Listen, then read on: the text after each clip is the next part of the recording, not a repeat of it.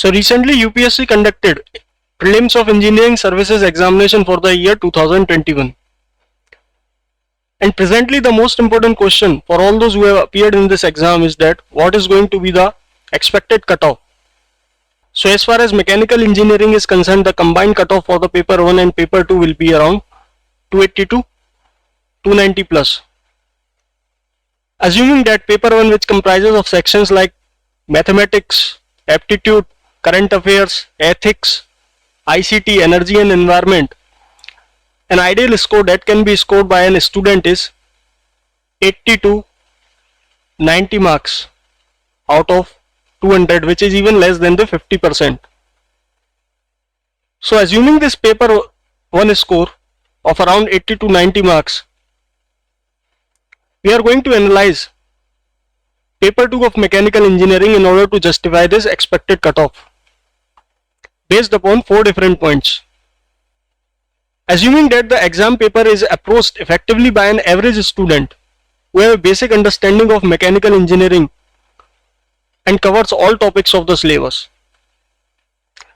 That means that this part is going to cover the basic questions which are present in the exam paper. That needs to be solved correctly.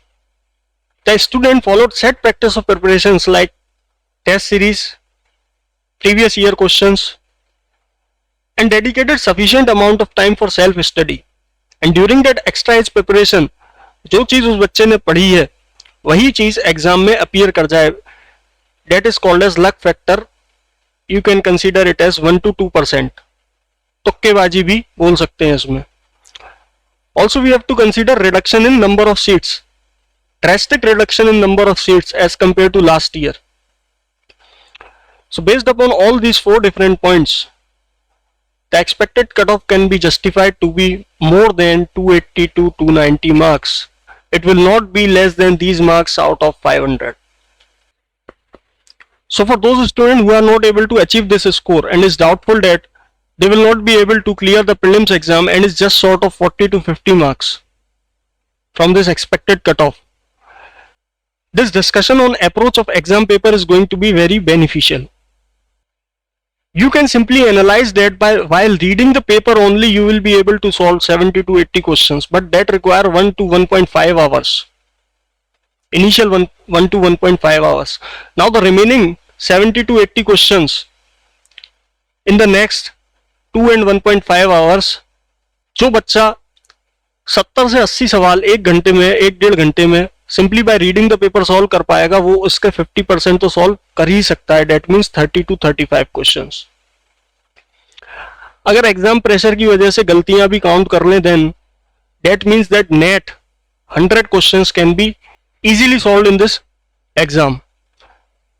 तो 100 into 2 is 200 plus 80 marks for paper 1 if we count, and 20 to 25 marks for the reduction in number of seats. Now you can clearly analyze and conclude that cutoff 280 से 290 से ऊपर ही जाएगी, इससे नीचे तो नहीं रहने वाली. तो जो लोग ये स्कोर अचीव नहीं कर पा रहे हैं, that means that they should learn from their mistakes.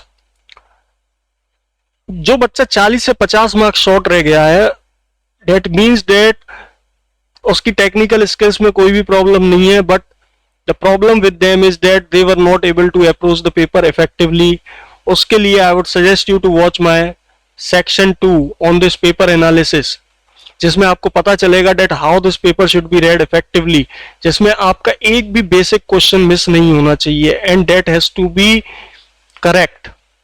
Because if we are not approaching the paper effectively, अगर ये steps follow नहीं कर रहे हैं, then there may be a chance that हमारी mistakes increase कर जाएं और जो बेसिक क्वेश्चन गलत नहीं होना चाहिए था वो भी गलत हो जाएगा. If we are spending more time on those questions that do not require to be solved, because this approach is not for this examination only but for the upcoming examinations, I would suggest all those students to devise their own technique of solving the paper. Because initial 15 to 20 minutes, अगर exam 1 घंटे का है, then initial 15 to 20 minutes will decide whether you are going to get selected or not, whether you are going to clear the cutoff or not.